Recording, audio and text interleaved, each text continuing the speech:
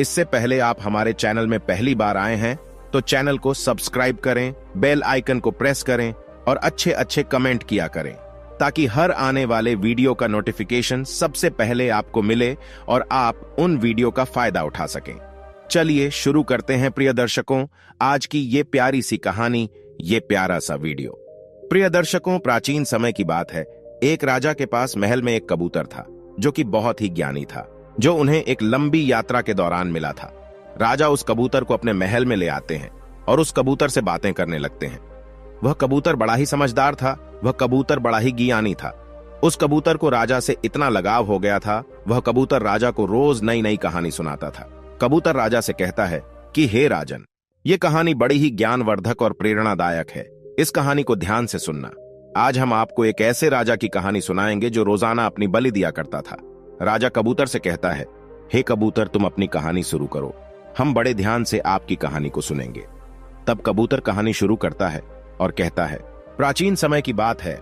राजा सूर्यभान की नगरी सूर्यपुर में एक ब्राह्मण रहता था जिसका विदेशों में जहाजों के द्वारा व्यापार करने का कार्य था।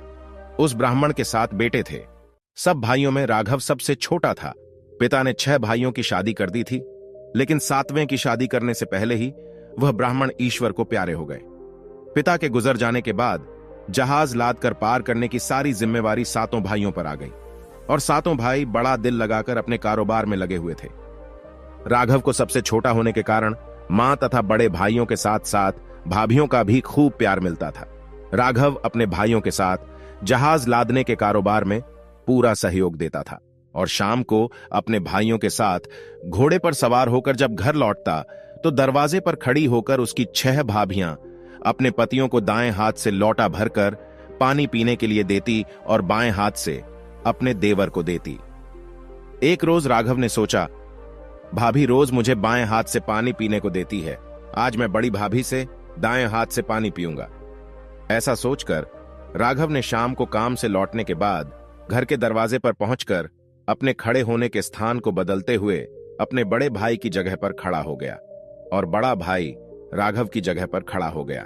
बड़ी भाभी ने अपने दोनों हाथों में पानी से भरे लोटों को एक हाथ को दूसरे हाथ के ऊपर से करते हुए दाएं हाथ का लोटा अपने पति को दे दिया और बाएं हाथ में पकड़ा हुआ लोटा राघव को दे दिया।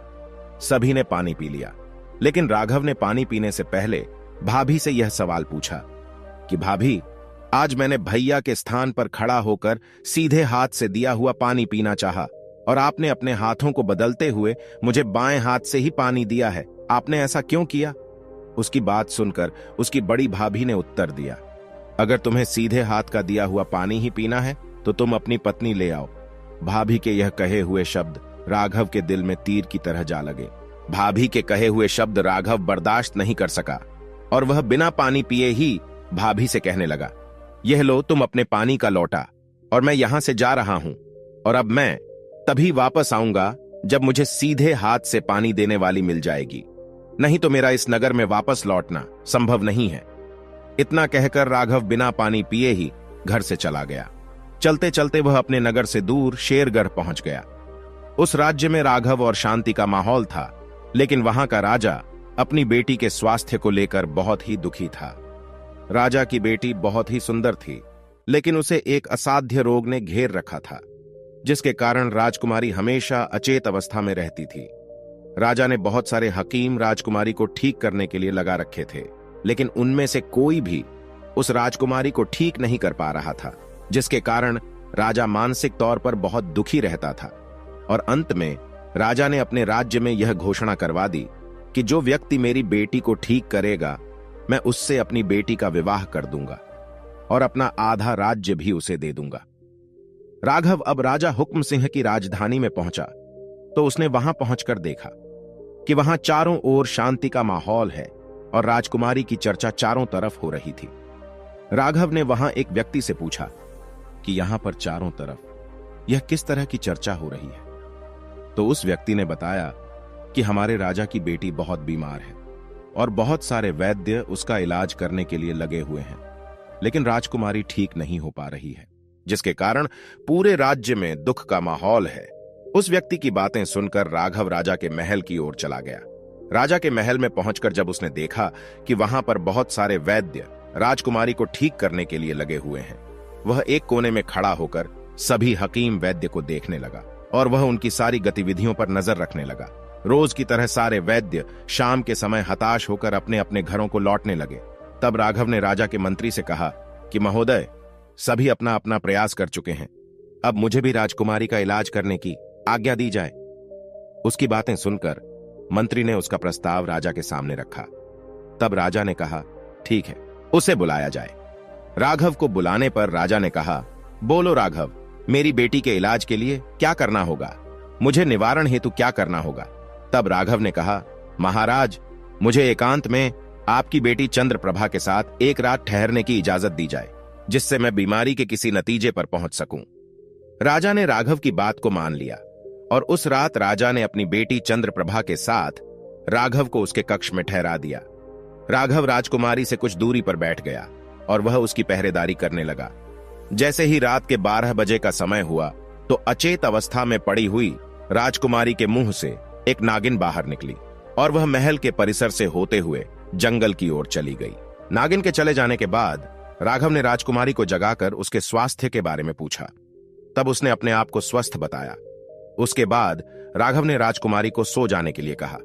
राजकुमारी घनी रात होने के कारण फिर से सो गई और राघव वापस अपने स्थान पर बैठ गया। सुबह 4 बजे के आसपास वह नागिन वापस लौटी और चंद्रप्रभा के मुख के रास्ते से होते हुए उसके पेट में चली गई। राघव एक कोने में बैठा हुआ यह सब देख रहा था। जब सुबह हुई तो राजा सहित दूसरे मंत्री राघव के पास पहुंचे और वह राघव से पूछने लगे, राघव, तुम किसी नतीजे पर पहुंचे हो या नहीं? तब राघव कहने लगा कि महाराज, मैं नतीजे पर तो पहुंच गया हूं, लेकिन राजकुमारी के उपचार के लिए मुझे एक रात और चाहिए और कुछ सामग्री भी चाहिए। राजा ने राजकुमारी के स्वस्थ होने की आशा की खुशी में राघव से कहा, ठीक है। राजा ने मंत्री को आदेश दिया कि मंत्री जी, राघव को जो कुछ भी चाहिए सब कुछ इसे ला कर दिया जाए। मंत्री ने सिर झुकाकर कहा, ठीक है महाराज। उसके बाद मंत्री ने राघव से सामग्री के बारे में पूछा तो राघव ने उससे कहा कि मुझे एक ऐसा बांस चाहिए जो 10 फुट लंबा हो, मोटा और अंदर से साफ किया हुआ हो। उस बांस का मुंह एक तरफ से खुला हुआ और दूसरी तरफ से बंद हो। खुले मुख की डांट भी हो ताकि जरूरत पड़ने पर पास के उस खुले मुंह को उससे बंद किया जा सके। इस सारे सामान के साथ पहले की तरह एक रात का मुझे एकांत समय चाहिए। मंत्री ने जल्दी से वह सारा सामान तैयार करवाकर राघव को दे दिया जो राघव ने कहा था। अब राघव शाम होने का इंतजार करने लगा। रात होते ही वह वैद्य के जाने के बाद फिर से उसी तरह से एक कोने में एक तरफ बैठ गया और रात के 12 बजने का इंतजार करने लगा। जैसे ही रात के 12 बजने वाले थे तो राघव उठा और वह बांस को उठाकर उसे राजकुमारी के मुंह को लगाकर बैठ गया और वह नागिन के निकलने का इंतजार करने लगा। रात के 12 बजते जैसे ही नागिन मुंह से निकली वैसे भी उस बांस में चली गई। जैसे ही नागिन बांस में गई, राघव ने कसकर डांट लगा दी। राघव ने उस नागिन को बांध के अंदर बंद कर दिया। उसके बाद उस बांस को एक कोने में खड़ा कर दिया और आराम से सो गया। सवेरा होने पर राजा अपने मंत्रियों के साथ फिर से राजकुमारी के कक्ष में आए तो उन्होंने वहां राघव को सोते हुए पाया। मंत्री ने राघव को जगाया। राजा ने राघव से पूछा, क्या तुम्हारा काम पूरा हो गया है? राघव ने कहा, जी हां महाराज, मेरा काम पूरा हो चुका है, लेकिन एक काम अभी बाकी है, उसे आपको अपने सैनिकों के द्वारा पूरा करवाना है। तब राजा ने उससे पूछा कि बताओ क्या काम है? तब राघव ने कहा, इस कोने में रखे बांस को ले जाकर अपने सैनिकों के द्वारा इस बांस को अच्छी तरह से कूटवा दो।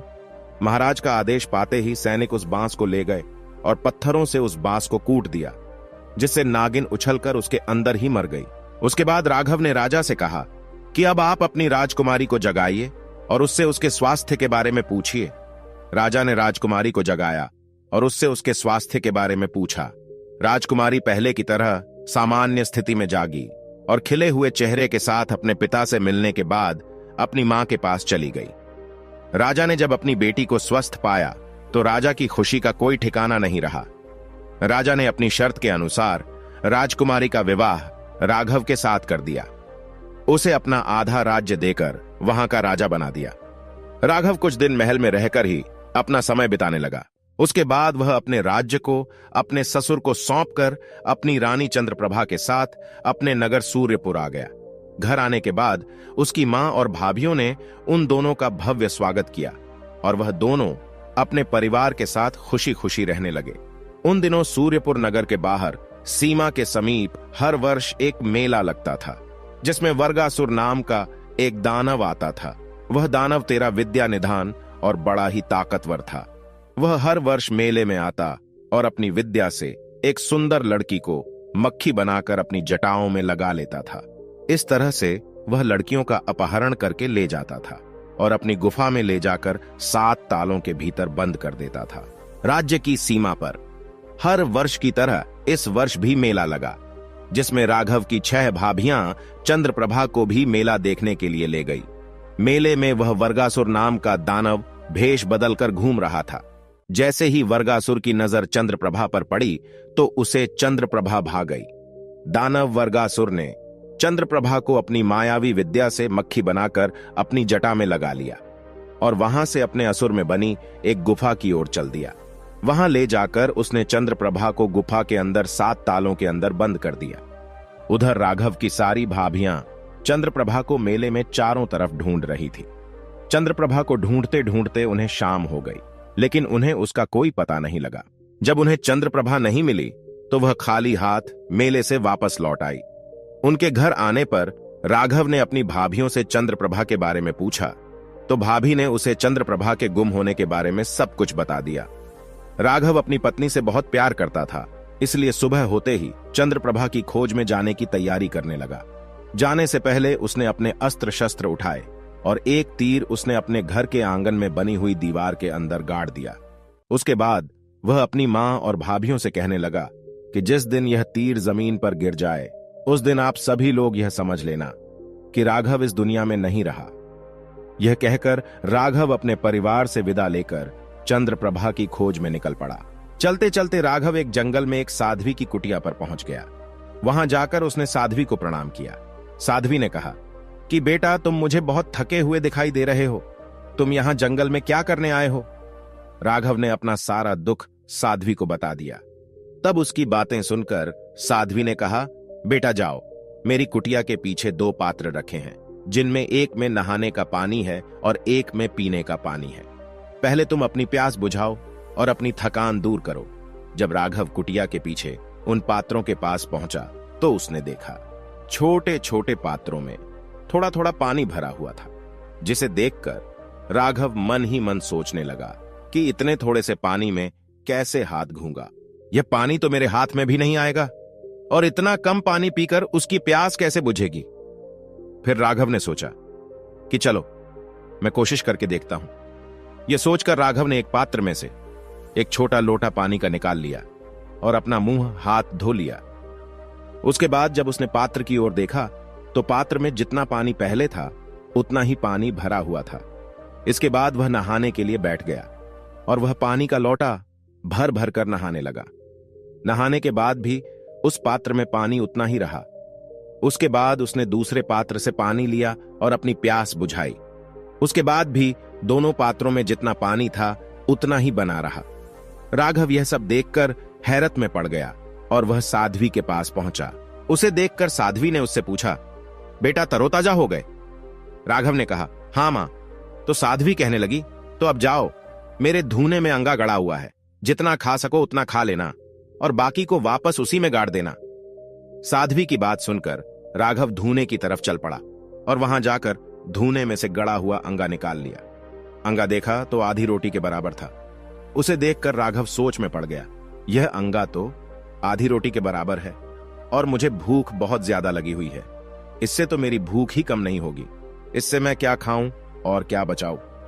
इसलिए इसके 2 टुकड़े कर लेता हूं, जिसमें से एक मैं खा लेता हूं और एक को वापस गाड़ देता हूं। ऐसा सोचकर राघव ने उस अंगा के 2 टुकड़े किए। एक को धोने में गाड़कर दूसरे टुकड़े को खाने लगा और उस अंगा को खाता रहा। लेकिन वह अंगा कम नहीं हुआ, उसका पेट भी भर गया, लेकिन अंगा का टुकड़ा उसके हाथ में उतने का उतना बना रहा। यह देखकर राघव फिर से अचंभे में पड़ गया और सोचने लगा कि इस आदमी का पानी भी निराला है और अंगा भी अनोखा है। उसके बाद हाथ के बचे हुए अंगा को भी धूनी में गाड़कर साध्वी के पास चला गया। साध्वी के पास पहुंचने पर उसने पूछा, बेटा खाना खा लिया? तो राघव ने कहा कि जी हां। उसके बाद राघव सोचने लगा कि साध्वी मां इतनी पहुंची हुई है, मैं इन्हीं से चंद्रप्रभा के बारे में पूछता हूं। तब साध्वी मां से कहने लगा, साध्वी मां, क्या आप मुझे मेरी पत्नी के बारे में कुछ बता सकती हैं? साध्वी उससे कहने लगी कि बेटा, तेरी पत्नी को असुरपुर का दानव वर्गासुर उठाकर ले गया है, जो बहुत ही शक्तिशाली और मायावी है। साध्वी की बात सुनकर राघव ने कहा, माता, आप मुझे उस दानव से चंद्रप्रभा को छुड़ाने का कोई उपाय बताइए। साध्वी कहने लगी, बेटा, इस बारे में मैं ज्यादा कुछ नहीं जानती, और अधिक जानने के लिए तो तुम्हें मेरी गुरु मां नोना चंदारी के पास जाना होगा। तुम्हारा आगे का मार्गदर्शन मेरी गुरु मां ही करेंगी। इसके बाद राघव ने कहा, ठीक है मां, तो फिर मुझे गुरु मां के पास जाने का रास्ता बता दीजिए। साध्वी ने उसे अपनी गुरु मां का रास्ता बता दिया। राघव साध्वी के बताए हुए रास्ते से जाते हुए आगे बढ़ता रहा। वह गुरु मां नोना चंदारी के पास पहुंच गया, जो 14 विद्याओं और अनेक प्रकार की मायावी विद्याओं से परिपूर्ण थी, जिनका स्थान असुरपुर के नजदीक था। गुरु मां के आश्रम के आसपास हंस विचरण करते थे। गुरु मां की विद्या और माया शक्ति अधिक शक्तिशाली होने के कारण वर्गासुर गुरु मां से खौफ खाता था। आश्रम में पहुंचकर राघव ने गुरु मां को प्रणाम किया तो साध्वी ने राघव से अपना परिचय और आने का कारण पूछा। उसके बाद राघव ने अपनी सारी बात गुरु मां को बता दी। इसके बाद गुरु मां ने राघव का पूर्व साध्वी की तरह ही अतिथि सत्कार किया और कहने लगी कि बेटा, इस मायावी दानव वर्गासुर से चंद्रप्रभा को आजाद कराना इतना आसान नहीं है। इस दानव ने तुम्हारी पत्नी को अपनी गुफा के साथ तालों के अंदर कैद करके रखा है। जब भी वह दानव अपनी गुफा से बाहर जाता है तो वह उसे अपनी माया से बंद करके जाता है, और उसकी गैर मौजूदगी में गुफा के अंदर कोई भी नहीं जा सकता।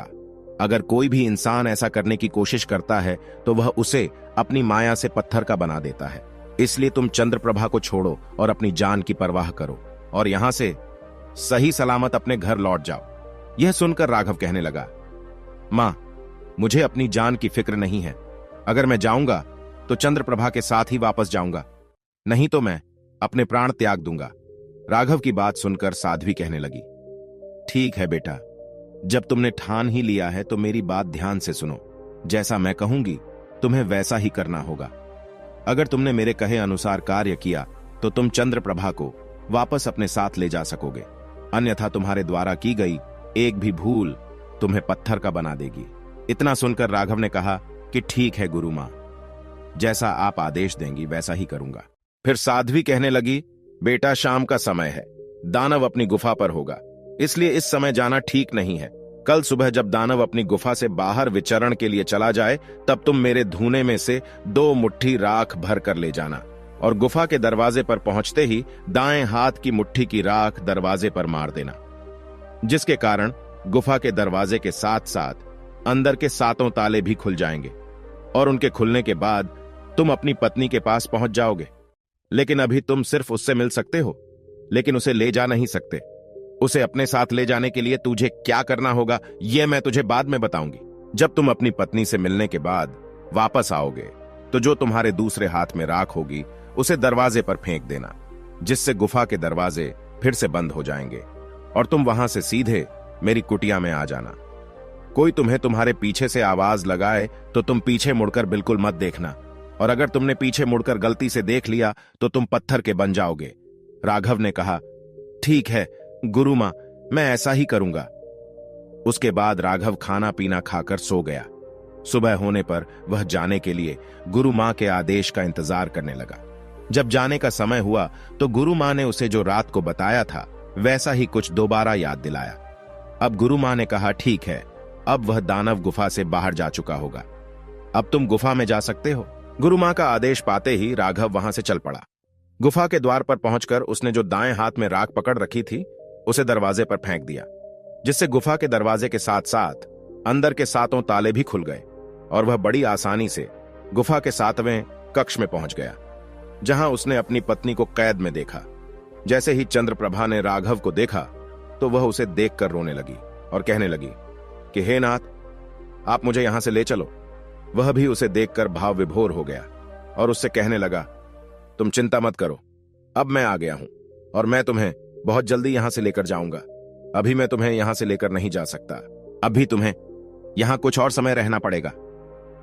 पति की बात सुनकर उसे संतोष हो गया। उसके बाद राघव गुफा से बाहर आ गया और गुफा के दरवाजे से बाहर निकलकर उसने बाएं हाथ में पकड़ी हुई मुट्ठी की राख गुफा के दरवाजे पर फेंक दी, जिससे वह दरवाजा बंद हो गया। उसके बाद वह साध्वी की कुटिया की तरफ चल पड़ा। तभी दानव वहां आ गया और दानव ने राघव को वहां से निकलकर जाते हुए देख लिया और वह पीछे से राघव को मानव स्वर में आवाजें देने लगा कि हे पथितत, तेरे पीछे तेरा सामान गिर गया है, उसे तुम ले जाओ। जब राघव ने किसी मनुष्य की आवाज सुनी तो वह गुरु मां की कही हुई बात को भूल गया और उसने पीछे मुड़कर देख लिया। जैसे ही उसने पीछे मुड़कर देखा तभी वह पत्थर का बन गया। राघव के पत्थर का बनते ही उसके घर के बाहर की दीवार पर लगा हुआ तीर गिर गया। जैसे ही वह तीर गिरा तो उसकी मां और 6 भाभियां रोने लगीं। शाम के समय जब उसके भाई अपने काम से वापस लौटे तो उन्होंने अपने घर में मातम छाया हुआ देखा, तो अपनी मां से पूछा कि मां, आप सब रो क्यों रहे हो? तो उसने उन्हें बताया कि यह देखो, तुम्हारे अनुज भाई राघव के द्वारा गाड़ा गया तीर आज नीचे गिर गया है। इसका मतलब यह है कि आज तुम्हारा भाई हमारे बीच में नहीं रहा। 6 भाइयों ने जब तीर को देखा तो कहने लगे कि मां, तुम चिंता मत करो, हम अभी अपने छोटे भाई की खोज में निकलते हैं और उसे लेकर वापस आते हैं।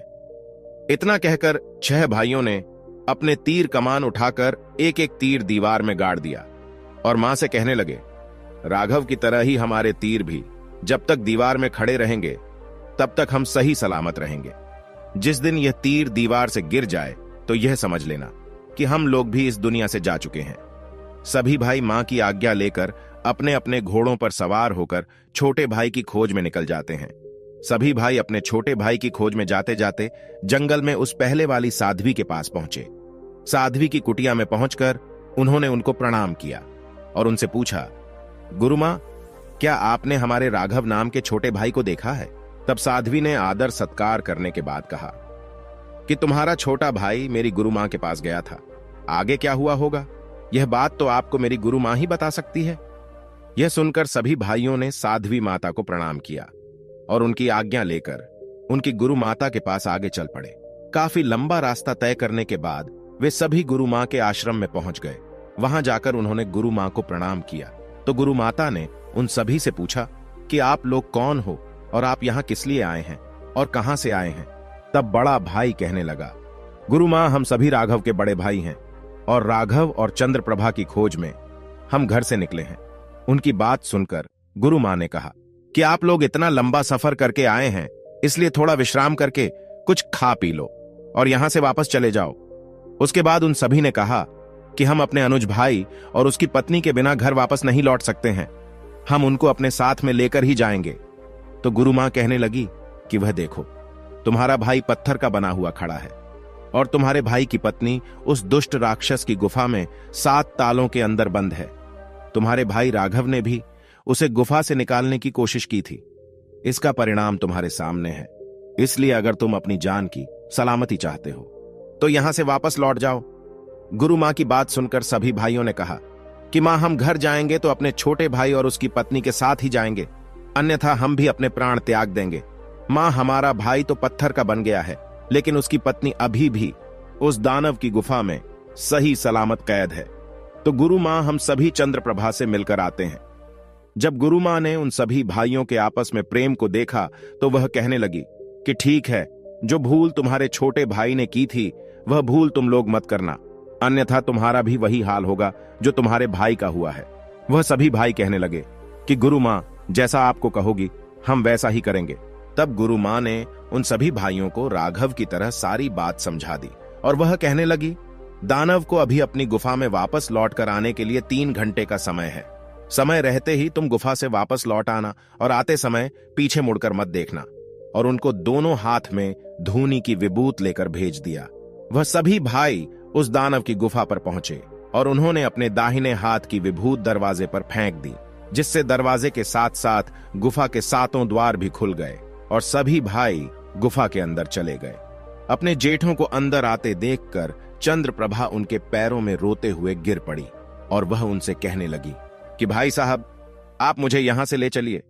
वह भी मुझे लेने आए थे, लेकिन मुझसे वादा करके चले गए। और फिर वापस नहीं आए।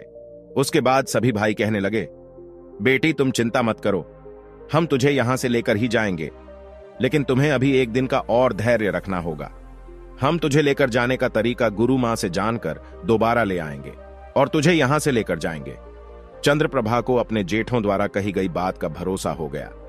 वह सभी गुफा से बाहर निकलकर बाएं हाथ की विभूति से द्वार को बंद कर देते हैं। अभी वह वहां से निकले ही थे, तभी वहां पीछे से वर्गासुर दानव आ जाता है और अपनी गुफा से बाहर निकलते हुए राघव के भाइयों को भी देख लेता है। वह एक पीड़ित मनुष्य की आवाज बनाकर कहने लगता है कि हे मेरे भाइयों, मैं एक लंगड़ा व्यक्ति हूं, तुम्हारे पीछे पीछे आ रहा हूं। मैं चलने में बहुत ही असमर्थ हूं, जरा मुझे भी थोड़ा सा सहारा दे दो ताकि मैं भी अपने घर पहुंच जाऊं। ईश्वर आपका भला करेगा। पीड़ित मनुष्य की आवाज सुनते ही उनके भाइयों ने भी वही गलती कर दी जो उनके छोटे भाई राघव ने की थी। गुरु मां की चेतावनी देने के बावजूद भी पीड़ित मनुष्य द्वारा लगाई गई आवाज पर उनका ध्यान चला गया और उन सभी ने पीछे मुड़कर देख लिया। पीछे देखते ही सभी भाई पत्थर के बन गए। उन सभी भाइयों के पत्थर का बन जाने के बाद वह दानव उन्हें गुफा के अंदर किया और चंद्रप्रभा से कहने लगा कि मेरे पीछे से यहां पर कौन आया था। तब चंद्रप्रभा कहने लगी, मुझे क्या पता, मैं तो यहां पर 7 तालों के भीतर कैद हूं। क्या कोई 7 तालों के भीतर कैद रहकर बाहर की दुनिया में घट रही घटनाओं के बारे में कुछ बता सकता है? गुफा के अंदर बाहर चारों तरफ निगरानी करने के बाद दानव कहने लगता है कि उन गुस्ताखियों को तो मैंने सजा दे दी है, देखता हूं अब कौन आता है। उसकी सजा देने की बात को सुनकर चंद्रप्रभा के पैरों तले से जमीन खिसक गई और वह सोचने लगी कि हो ना हो इसने जरूर मेरे जेठ भाइयों को मार डाला है। इसके बाद चंद्रप्रभा भी जीने की उम्मीद छोड़ देती है। इधर जैसे ही 6 भाई पत्थर के हुए, उनके घर के बाहर बनी दीवार में से 6 के 6 तीर नीचे गिर पड़े। इनको देखकर उनकी मां और उनकी पत्नियां रोने लगी, विलाप करने लगी। उन्हें रोते रोते सुबह से शाम हो गई और शाम से रात हो गई, लेकिन उनका रोना और विलाप करना कम नहीं हुआ। उनके राज्य के राजा सूर्यभान हर रोज रात को अपने नगर सूर्यपुर की प्रजा की खैर खबर लेने के लिए अलग अलग रूप में निकलते थे। उस रात को भी वह राजा अपने घोड़े पर सवार होकर प्रजा की खैर खबर लेने के लिए निकले थे। पूरे नगर का चक्कर लगाने के बाद अंत में राजा जब उस तरफ पहुंचे जहां ब्राह्मणी और उसकी 6 बहुएं विलाप कर रही थी, तो उन्हें देखकर वे उनके पास रुक गए। उनके पास जाकर उस ब्राह्मणी से राजा ने पूछा कि मां, तुझे क्या कष्ट है? तुम इतनी रात गए अपनी बहुओं के साथ क्यों विलाप कर रही हो? तो वह बूढ़ी मां कहने लगी कि क्या बताऊं महाराज, मेरे 7 बेटे थे जिनकी 6 बहुएं यहां पर मौजूद है और एक बहू मेले से गायब हो गई। जिसकी तलाश में गए हुए मेरे 7 बेटे अब इस दुनिया में नहीं रहे। अब हम उनके बिना कैसे जिएंगे? ब्राह्मणी की दुख भरी कहानी सुनते हुए राजा सूर्यभान कहने लगे कि हे मां, तुम चिंता मत करो, तुम्हारे बेटों को लेने के लिए मैं जा रहा हूं और मैं वापस तभी आऊंगा जब तुम्हारे बेटे और बेटे की पत्नी मेरे साथ होंगे और उनकी खैर खबर मेरे साथ होगी। इतना कहकर राजा सूर्यभान ब्राह्मणी के 7 बेटों की तलाश में रात में ही निकल पड़े। रात भर घुड़सवारी करने के बाद वह एक नगर कंचनगढ़ में पहुंच गए। सारी रात थके हारे हाथ धोने और थोड़ा विश्राम करने के लिए एक ब्राह्मणी सुगंधा के घर पहुंच गए। उसके परिवार में सुगंधा के पति पहले ही गुजर चुके थे। सुगंधा के घर उसका एक पुत्र और उसकी एक नवविवाहिता पत्नी थी जो हाथ में अंगना डाले हुए झाड़ू लगा रही थी। जब सूर्यभान की नजर उस नवविवाहिता के कंगना पर पड़ी तो वह उस ब्राह्मणी से पूछने लगे कि मां, यह बहू के हाथ में कंगना कैसे? क्या यह अभी तक खुला नहीं है? उसकी बात सुनकर ब्राह्मणी बोली कि बेटा, मेरी नवविवाहिता बहू के हाथ में कंगना इसलिए नहीं खुल पाया क्योंकि मेरा बेटा राजा धीर सिंह के यहां काम करता है। वह राजा धीर सिंह की पहरेदारी की नौकरी करता है और वहां से राजा ने उसे अवकाश नहीं दिया, इसलिए वह शादी करते ही वापस चला गया और बहू का कंगना इसलिए नहीं खुल पाया है। इतना सुनते ही राजा सूर्यभान बोले कि मां, ऐसा कौन सा राजा है जिसने दुल्हन के कंगना को खोलने के लिए भी समय नहीं दिया? तो ब्राह्मणी बोली, इसी कंचनगढ़ का राजा धीर सिंह है। उसके बाद कुछ समय विश्राम करने के बाद सूर्यभान ने अपना एक साधारण आदमी का वेश बनाया और सुगंधा के बेटे मोहन के पास महल में जा पहुंचे, जो कि राजा धीर सिंह के पलंग की रात में निगरानी के लिए तैनात रहता था। मोहन के पास पहुंचकर राजा सूर्यभान ने मोहन से कहा कि मोहन, आज तुम्हारे बदले मैं यहां पर पहरा दूंगा और तुम घर जा सकते हो। जब तक हमारा संकेत तुम्हें ना मिले तुम अपने घर पर रहोगे और तुम्हारे बदले पहरा हम देंगे। उसके बाद मोहन अपने घर चला गया और उधर राजा सूर्यभान सारंग वेश में राजा धीर सिंह के वहां पहरा देने लगे। उस नगर से बाहर जंगल में एक चंडी की मड़ी थी। राजा धीर सिंह प्रतिदिन रात के 12 बजे पलंग कर वहां एक चंडी की मड़ई पर जाते थे। उस रात भी जब वह उस तरफ चल पड़े तो सूर्यभान भी छुपते छुपाते राजा के पीछे पीछे चल पड़े। राजा धीर सिंह ने रोज की तरह चंडी की मढ़ी पर पहुंचकर अपने आप को खौलते हुए तेल की कड़ाही में डाल दिया और कुछ देर बाद वहां चंडी प्रकट हुई और उसने एक कपड़े के आसन पर बैठकर राजा धीर सिंह के कंकाल को तेल की कड़ाही से चिमटी की सहायता से बाहर निकाला और एक केले के पत्ते पर रख दिया। उसके बाद वह कड़ाही के तेल को निकालकर पी गई। इसके बाद चंडी ने पास रखे औरत के पात्र में से कुछ बूंदे ली और उन्हें कंकाल पर डाल दिया, जिससे राजा धीर सिंह फिर से जीवित होकर खड़े हो गए। उन्होंने चंडी के पैर छूकर प्रणाम किया। पैर छूते ही चंडी ने अपने बैठे हुए आसन को उठाकर राजा धीर सिंह को दे दिया और मां ने कहा कि धीर सिंह अब इस आसन में से 1.25 मन सोना झाड़ लें। राजा धीर सिंह ने आसन लेकर उसे छाड़ना शुरू कर दिया। राजा धीर सिंह राज कार्य पूर्ण होने के कारण इसी प्रकार वहां जाते और अपनी आहुति देकर 1.25 मन सोना प्राप्त करते थे। इसके बाद सोने को ले जाकर सुबह सभी याचकों को दान कर देते थे। राजा वीर सूर्यभान ने छुपकर इस सारे घटनाक्रम को देखा तो सूर्यभान सकते में आ गए और वह सोचने लगे, इस राजा के त्याग का तो कोई मुकाबला नहीं है, जो अपनी प्रजा के लिए अपने प्राणों की भी परवाह किए बिना हर रोज अपनी जान की बलि दे देता है। लेकिन धीर सिंह, मैं तुम्हें इस तरह से प्रतिदिन इतनी पीड़ादायक मौत नहीं मरने दूंगा। मैं तुम्हें इस प्रकार रोज बलि नहीं देने दूंगा। राजा सूर्यभान ने मन में दृढ़ निश्चय कर लिया कि मैं इस राजा को इस पीड़ा से मुक्ति दिलाकर ही रहूंगा। उधर चंडी से 1.25 मन सोना लेकर राजा धीर सिंह अपने महल की ओर चल पड़े। राजा सूर्यभान अभी छुपते छुपाते कुछ देर उसके पीछे पीछे चलते हुए उसे पहले महल में पहुंचकर पलंग की निगरानी में तैनात हो गए। राजा धीर सिंह महल में पहुंचकर उस पलंग पर आकर सो गए। सुबह होते ही राजा धीर सिंह ने उस सोने को याचकों में बांट दिया। राजा धीर सिंह के इस त्याग और बलिदान को देखकर राजा सूर्यभान बहुत प्रभावित हुए। फिर वह शाम होने का इंतजार करने लगे।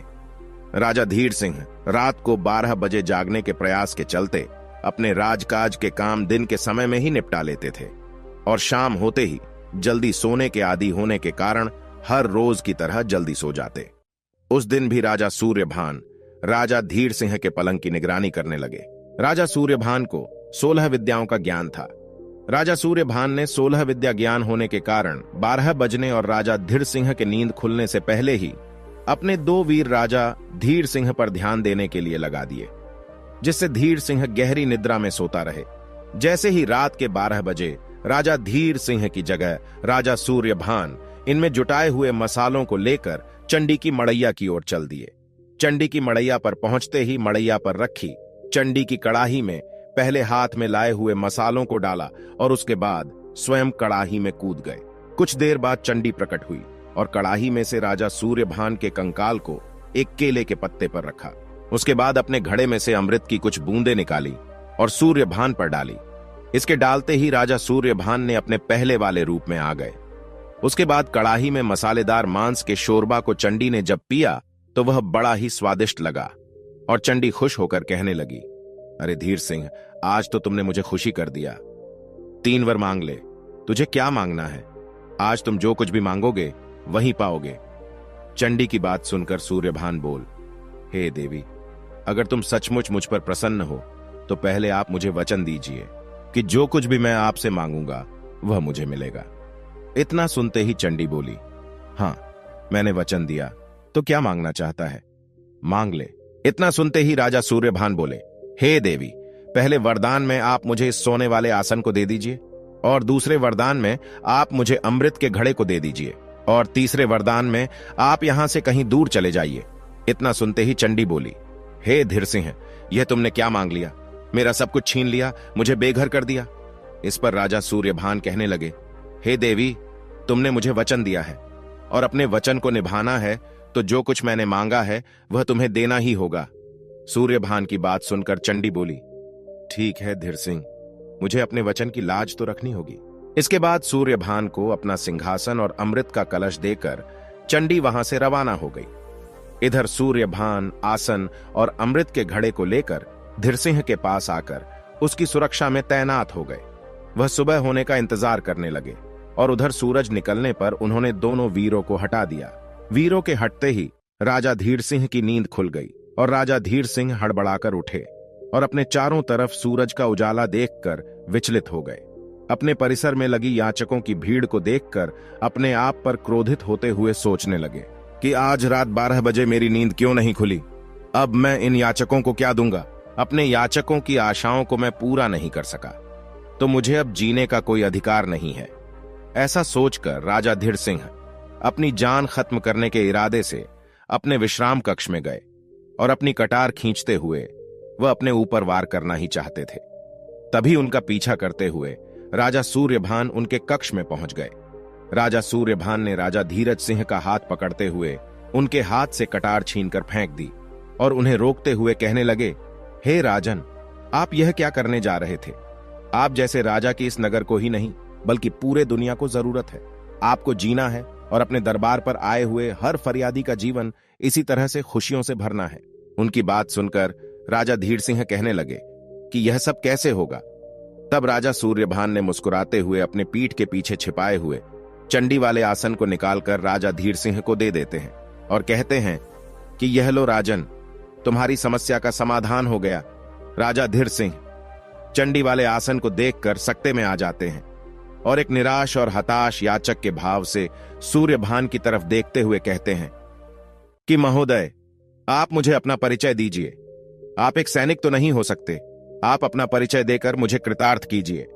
कृपया मुझे अपना परिचय दीजिए। मैं आपका परिचय जानने के लिए बहुत उत्सुक हूं। उनकी बात सुनकर अपना परिचय देते हुए राजा सूर्यभान ने अब तक का अपना सारा घटनाक्रम और आने का कारण सब कुछ राजा धीर सिंह को बता दिया। राजा धीर सिंह सूर्यभान का नाम सुनते ही राजा सूर्यभान के पैरों में गिर पड़े और कहने लगे, महाराज, मेरी खता के लिए मुझे माफ कर दीजिए। जिनके चरणों की धूल मुझे अपने माथे पर लगानी चाहिए थी, अनजाने में ही मैं उनसे अपने पलंग की निगरानी करवा बैठा। राजा धीर सिंह की यह बात सुनकर राजा सूर्यभान ने चंडी के चमत्कारी आसन को देते हुए कहा, यह लो, अब तुम्हें हर रोज अपनी आहुति नहीं देनी पड़ेगी और रोज सुबह 1.25 मन सोना प्रतिदिन मिलता रहेगा, जिससे आप अपनी रियासत का अच्छे से ख्याल रखना और ब्राह्मणी के बेटे मोहन को दास बंधन मुक्त करके तनख्वाह देते रहना। तब राजा धीर सिंह ने कहा, राजन, ऐसा ही होगा। इतना कहकर और चंडी से मिले अमृत के घड़े को साथ में लेकर राजा धीर सिंह से अनुमति लेकर राजा सूर्यभान अपने घोड़े पर सवार होकर आगे चल पड़े और चलते चलते वह जंगल में पहली साध्वी के पास पहुंच गए और वहां आश्रम में पहुंचकर उन्होंने साध्वी को प्रणाम किया। उसके बाद साध्वी ने राजा सूर्यभान से उनका परिचय और वहां आने का कारण पूछा। राजा सूर्यभान कहने लगे, मां, मैं राजा सूर्यभान परमार्थ पर कार्य हेतु निकला हूं। क्या आप मुझे ब्राह्मणी के 7 बेटों के बारे में कुछ बता सकते हैं। तब साध्वी कहती है, बेटा, मैं ज्यादा कुछ तो नहीं बता सकती। वह सभी भाई मेरे पास आए तो जरूर थे, लेकिन उसके बाद वह सभी मेरी गुरु मां से मिलने उनके आश्रम की तरफ गए थे। उनके बारे में ज्यादा जानकारी आपको मेरे गुरु से ही मिल सकती है।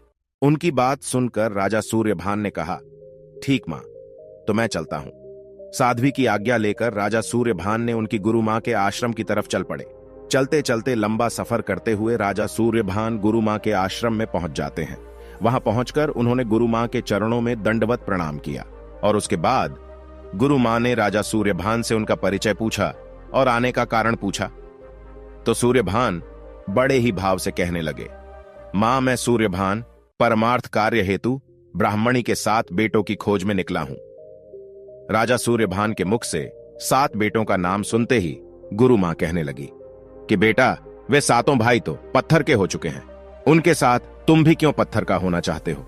वह 7 भाई कुछ नहीं कर पाए तो तुम क्या कर पाओगे। इसलिए बेटा, तुम अपनी जान की फिक्र करो और यहां से वापस लौट जाओ। गुरु माता की बात सुनकर राजा सूर्यभान कहने लगे कि मां, मैं एक दुखियारी मां को उसके बेटों की खैर खबर लेने का वचन देकर आया हूं। उनको साथ में लिए बगैर मैं यहां से वापस नहीं जाऊंगा। अगर जाऊंगा तो उनको साथ लेकर ही जाऊंगा, चाहे मेरी जान ही क्यों ना चली जाए। सूर्यभान की बातें सुनकर गुरु माता कहने लगी, ठीक है बेटा, जैसी तुम्हारी इच्छा, लेकिन जो गलतियां सातों भाइयों ने की थी उन गलतियों को तुम मत करना, अन्यथा जो परिणाम उनका हुआ है वही तुम्हारा भी होगा। जैसा जैसा मैं तुझे कहती जाऊं तुम वैसा वैसा करते जाना। इस पर राजा सूर्यभान कहने लगे, ठीक है मां, जैसा आप आदेश देंगी मैं बिल्कुल वैसा ही करूंगा। गुरु माता कहने लगी, तो तुम ध्यान से सुनो, यह समय उस दानव वर्गासुर की गुफा में जाने का नहीं है। इसके लिए तुझे मेरे पास रहकर कल सुबह मेरे आदेश का इंतजार करना पड़ेगा। राजा सूर्यभान कहते हैं, ठीक है, मैं इसके लिए तैयार हूं। अगली सुबह दानव के गुफा से निकल जाने के पश्चात सुबह के समय गुरु माता राजा सूर्यभान से कहती है, क्या तुम तैयार हो? गुरु मां की बात सुनकर सूर्यभान कहते हैं कि हां मां, मैं बिल्कुल तैयार हूं। फिर गुरु मां कहती है, ठीक है, तुम मेरे धूनी से अपनी दोनों मुट्ठी राख से भर लो और उस दानव की गुफा पर जाओ और गुफा पर पहुंचकर दाएं हाथ की मुट्ठी की राख गुफा के दरवाजे पर मार देना, जिसके कारण गुफा के सभी दरवाजे खुल जाएंगे और तुम गुफा के अंदर जा सकोगे। जब तुम चंद्र प्रभा से मिलकर बाहर निकलो तो तुम गुफा के द्वार पर बाएं हाथ की मुट्ठी की राख देना, जिससे गुफा का द्वार बंद हो जाएगा। उसके बाद तुम सीधे मेरे आश्रम में वापस आ जाना। अगर कोई पीछे से तुम्हें आवाज दे तो मुड़कर उसे मत देखना, नहीं तो तुम भी पत्थर के बन जाओगे। सूर्यभान कहने लगे, ठीक है मां, जैसा आपने कहा है मैं बिल्कुल वैसा ही करूंगा। और राजा सूर्यभान अपने दोनों हाथों की मुट्ठी गुरु माता के धूने की राख से भर लेते हैं। राजा दानव की गुफा पर पहुंच जाते हैं। वहां पहुंचकर दाएं हाथ की मुट्ठी की राख को गुफा के द्वार पर फेंक देते हैं, जिससे गुफा के सभी दरवाजे खुल गए। राजा सूर्यभान 7 तालों के भीतर कैद चंद्रप्रभा के पास पहुंच जाते हैं। राजा सूर्यभान को देखते ही चंद्रप्रभा उनके पैरों से लिपट कर रोते हुए कहने लगी कि आप जो कोई भी है, रहमदिल इंसान है, मुझे इस दानव से बचाइए। मेरे पति भी आए थे और मुझसे वादा करके चले गए, लेकिन लौटे नहीं। मेरे जेठ भी आए थे, वह भी मुझे भरोसा देकर चले गए, लेकिन वापस नहीं लौटे। अब आप आए हैं, कम से कम आप तो मुझे यहां से बाहर ले चलिए। उसकी बात सुनकर राजा सूर्यभान बोले, धैर्य रखो बेटी, हम यहां आए हैं तो तुझे लेकर ही जाएंगे, लेकिन 3 दिन तक धैर्य रखना पड़ेगा। अब हम चलते हैं और तुम्हें ले जाने का प्रबंध करके कल हम फिर वापस आएंगे। इतना कहकर राजा सूर्यभान गुफा से बाहर निकल आते हैं और निकलते ही अपने बाएं हाथ की मुट्ठी की राख गुफा के द्वार पर फेंक देते हैं, जिससे दरवाजा फिर से बंद हो जाता है। वहां से निकलकर गुरु माता की कुटिया की तरफ तेजी से चल पड़ते हैं। उधर दानव वर्गासुर की तरफ लौट रहा होता है और राजा सूर्यभान को गुफा से निकलकर गुरु मां की कुटिया की तरफ जाते हुए देख लेता है और उसका पीछा करना शुरू कर देता है और नाना प्रकार से राजा सूर्यभान को आवाज देकर पीछे मुड़कर देखने के लिए मजबूर करता है। लेकिन राजा सूर्यभान उसके किसी भी झांसे में नहीं आते और गुरु माता की कुटिया में घुस जाते हैं। पीछा करता हुआ वर्गासुर कुटिया के पास पहुंचकर गुरु मां से कहता है, गुरु मां, तुम्हारी कुटिया में मेरा चोर है। तब गुरु मां कहती है, मेरी कुटिया में चोर है, यह क्या बकता है? तू यहां से चला जाए, नहीं तो मैं तुझे भस्म कर दूंगी। यह सुनकर वर्गासुर वहां से लौट जाता है। दानव के लौटते ही गुरु माता सूर्यभान से कहती हैं कि बेटा विक्रम, यही वर्गासुर महादानव है, यह सोचिए कि इससे कैसे निपटना है। इस पर राजा सूर्यभान कहने लगे कि मां गुरु, मैंने सोच लिया है। तो गुरु माता कहती है, बेटा तुमने क्या सोचा है? सूर्यभान कहने लगे कि मैं कल गुफा में फिर से जाऊंगा। गुरु मां कहने लगी, गुफा पर जाने से क्या होगा? सूर्यभान कहते हैं, तुम देखती जाओ मां, मैं क्या करता हूं। गुरु माता कहने लगी, ठीक है बेटा। उसके बाद अगले दिन दानव के चले जाने के बाद राजा सूर्यभान ने अपनी दोनों मुट्ठी राख से भरकर गुफा पर पहुंच गए और दाएं हाथ की मुट्ठी की राख गुफा के दरवाजे पर फेंकी। गुफा के दरवाजे खोलकर अंदर चले गए। वहां पहुंचकर वह चंद्रप्रभा से कहते हैं, बेटी आज यह दानव तुम्हारे पास लौट कर आए तो उससे उसके काल के बारे में पूछना, मैं यहां कल फिर से आऊंगा। इतना कहकर राजा सूर्यभान गुफा से निकलकर बाहर से बाएं हाथ की मुट्ठी की राख दरवाजे पर मारकर गुफा का दरवाजा बंद कर दिया और वहां से गुरु माता की कुटिया की ओर तेजी से चले गए। दूसरी तरफ वर्गासुर को शक हो जाने के कारण वह अपनी गुफा में वापस लौट आया और उसने वापस आते हुए अपनी गुफा से निकलते हुए युवक को गुरु माता की कुटिया की तरफ भागते हुए देखा। इस बार वह उसे पकड़कर खा जाने की नीयत से राजा के पीछे भागा। जब तक वह उसे पकड़ पाता तब तक राजा सूर्यभान गुरु माता की कुटिया में घुस चुके थे। पीछे दौड़ता हुआ वर्गासुर और गुरु माता की कुटिया पर पहुंचा और गुरु माता से कहने लगा कि गुरु मां, मेरा चोर आज फिर से तुम्हारी कुटिया में घुस गया है, मुझे वापस कर दो। गुरु माता उससे कहती है कि भाग जाओ, नहीं तो मैं तुझे भस्म कर दूंगी और मेरी कुटिया में चोर कहां से आएगा, जा यहां से चला जा। इसके बाद वह दानव वहां से चला जाता है। गुरु माता सूर्यभान से पूछती है कि तुम्हें सफलता हाथ लगी? तो राजा सूर्यभान कहते हैं, बस गुरु मां, मुझे कल का एक दिन और दे दीजिए, सफलता जरूर हाथ लगेगी। गुरु मां कहती है, ठीक है बेटा। दूसरी तरफ दानव लौटकर अपनी गुफा में पहुंचा। गुफा में पहुंचकर चंद्रप्रभा को मारते पीटते वह बोला, मेरे पीछे से गुफा में कौन आता है? कौन है? किसकी मौत उसे यहां बार बार खींचकर ला रही है? इस पर चंद्रप्रभा बोली, दानवराज, आप मुझे क्यों पीट रहे हैं? मैं नहीं जानती कि कौन आता है कौन जाता है। मैं तो यहां 7 तालों के भीतर कैद हूं। दानवराज, मुझे एक बात की शंका है। अगर कोई यहां आता है तो यह चिंता की बात है। अगर आपकी गुफा की मजबूत सुरक्षा को कोई भेद सकता है, वह व्यक्ति आपके लिए काल भी बन सकता है। और अगर आप नहीं रहे तो मैं यहां पर घुट घुट कर मर जाऊंगी। इतना सुनकर दानव वर्गासुर जोर जोर से हंसने लगा और कहने लगा कि मेरा काल मुझे मारने वाला तो पैदा ही नहीं हुआ। उसकी बात सुनकर चंद्रप्रभा बोली कि मगर मुझे यकीन नहीं होता। दानवराज कहने लगे कि भोली भाली चंद्रप्रभा, सुनो, मुझे कोई नहीं मार सकता। 7 समुंदर पार खैबर एक वट वृक्ष के पेड़ पर एक बगुले का पिंजरा है और उस पिंजरे में एक बगुली बंद है। उस बगुली में मेरी जान है। उस पिंजरे की रक्षा उस पेड़ से लिपटे हुए सांप और बिच्छू करते हैं। उनके रहते उस पिंजरे को कोई छू भी नहीं सकता। चलो मान भी लिया जाए कि कोई उस पिंजरे को हासिल कर लेगा और उस बगुली को मार डालेगा, तो बगुली का जीव भंवरा बनकर स्वर्ग लोक जाएगा और वहां से अपने मुंह में अमृत की बूंद भरकर लाएगा और बगुली के मुंह में डाल देगा, जिससे वह बगुली फिर से जिंदा हो जाएगी और उसके जीवित होते ही मैं भी जीवित हो जाऊंगा। पहले तो 7 समंदर पार करके जाना किसी के लिए भी मुमकिन नहीं है, इसलिए चंद्रप्रभा चिंता करना गलत है। तुम निश्चिंत हो जाओ, मुझे कोई नहीं मार सकता। इतना कहकर दानव अगले दिन सुबह अपना पेट भरने के लिए जंगल की ओर चला जाता है। दानव के जाने के बाद राजा सूर्यभान उस गुफा के अंदर आते हैं। दानव के काल के बारे में जानकर बहुत खुश होते हैं और जल्दी वापस पहुंचकर गुरु मां से कहते हैं कि मां, दानव के काल का राज मिल गया, उसकी मौत का रहस्य मिल गया। और गुरु मां को सारी बातें बताते हुए कहने लगे कि 7 समुंदर पार कैसे जाया जाएगा। सूर्यभान की बात सुनकर गुरु मां कहती हैं, बेटा सूर्यभान, इसकी चिंता तुम मत करो, तुम्हारे जाने की व्यवस्था मैं कर देती हूं। और गुरु माता ने अपनी कुटिया के पास विचरण करते हुए हंसों में से एक हंस को अपने पास बुलाया।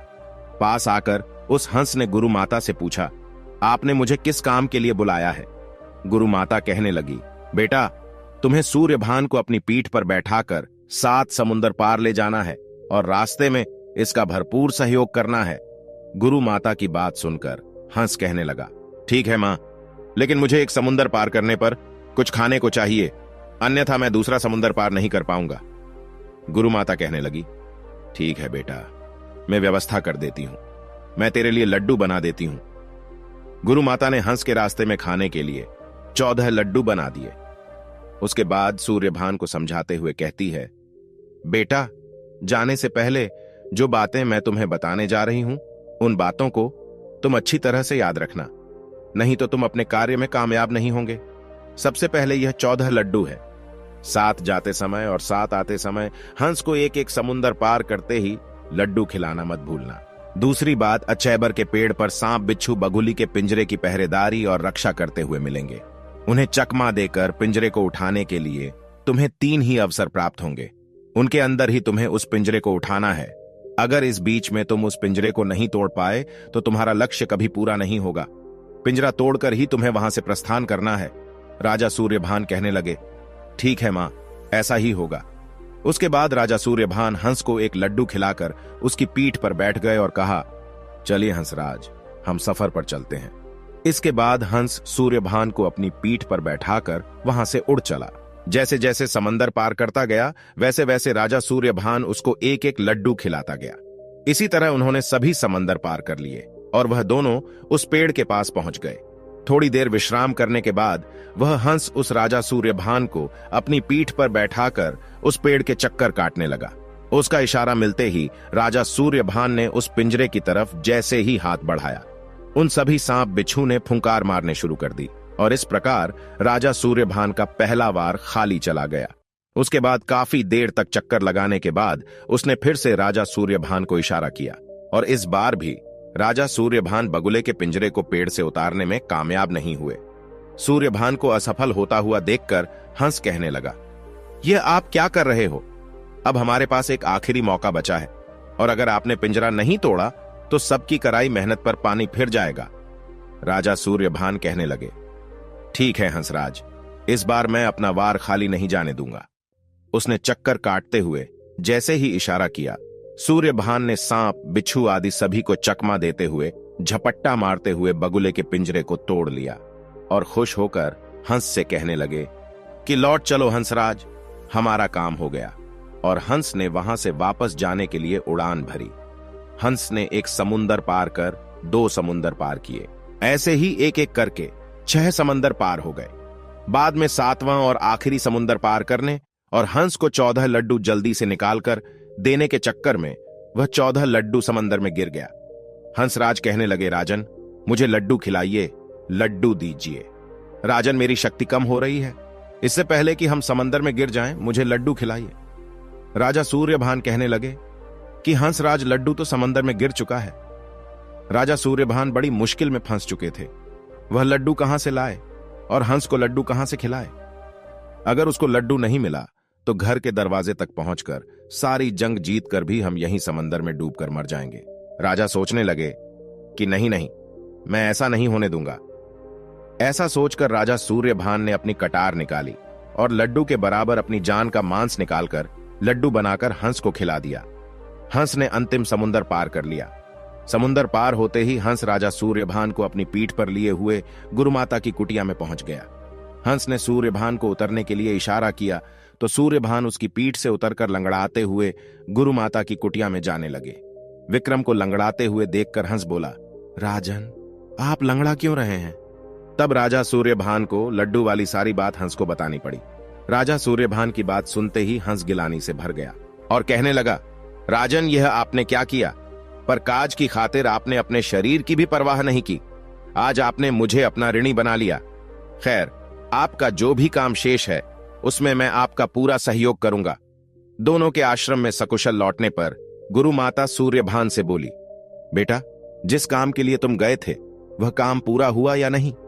बगुले के पिंजरे को दिखाते हुए सूर्यभान बोले, मां यह देखो, यही है वह बगुले का पिंजरा। गुरु मां अब आप बताइए कि इसका क्या करना है? उसे देखते ही गुरु माता कहने लगी कि बेटा यह बगुले नहीं, उस दानव की जान है। इसकी मौत ही दानव की मौत है। इतना सुनते ही राजा सूर्यभान ने बगुली के एक पंख को तोड़ दिया। बगुली का एक पंख टूटते ही जंगल में शिकार पर निकले हुए वर्गासुर की एक बाजू टूट गई।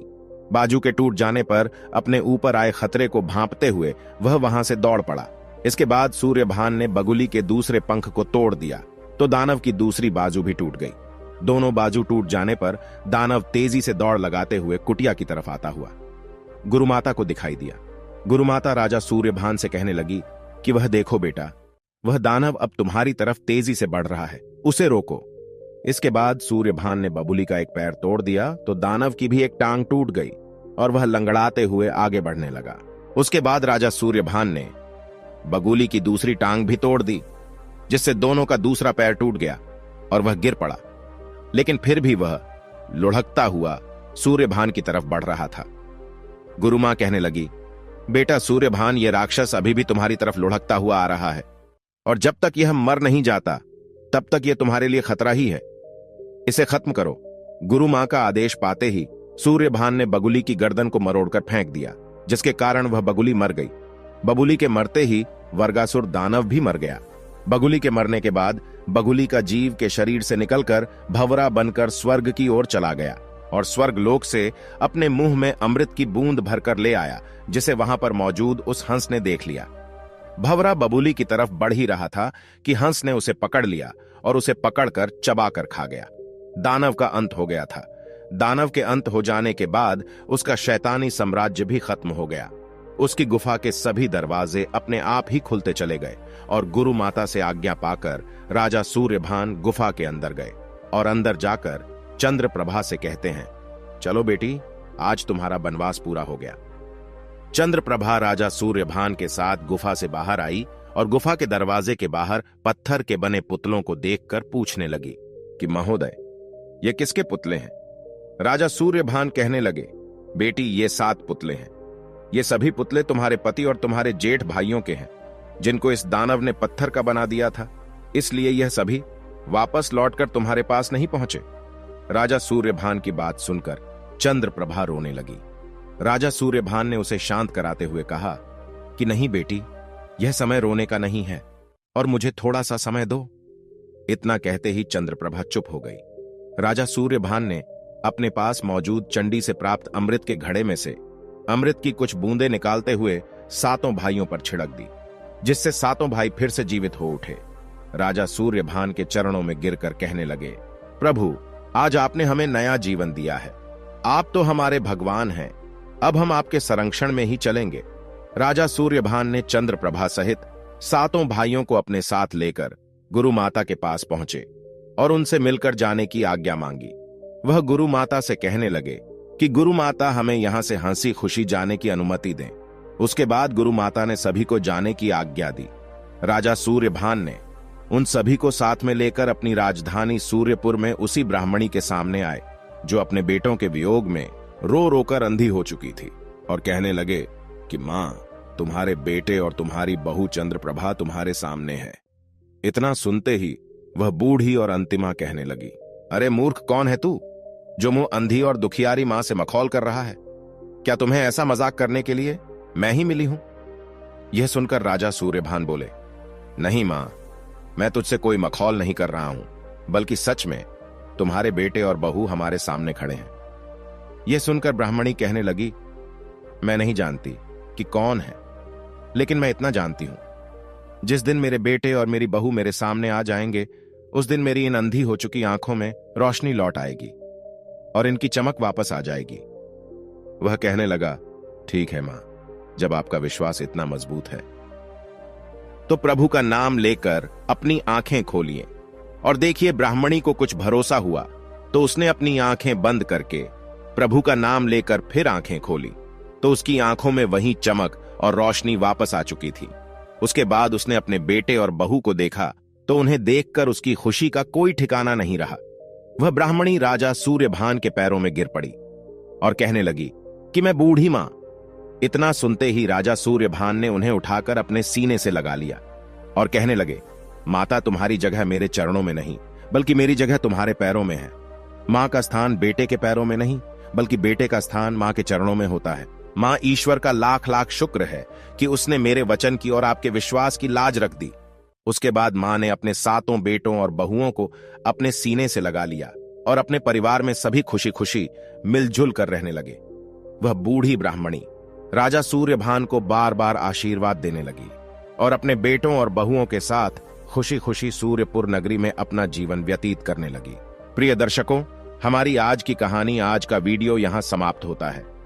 हम उम्मीद करते हैं कि आपको यह कहानी पसंद आई होगी और आप इससे ढेर सारी प्रेरणा लेंगे। मिलते हैं अगली ज्ञान चर्चा के साथ अगले वीडियो में। तब तक के लिए नमस्कार, धन्यवाद। नमस्कार, धन्यवाद। नमस्कार, धन्यवाद। नमस्कार, धन्यवाद। नमस्कार, धन्यवाद। नमस्कार, धन्यवाद। नमस्कार, धन्यवाद।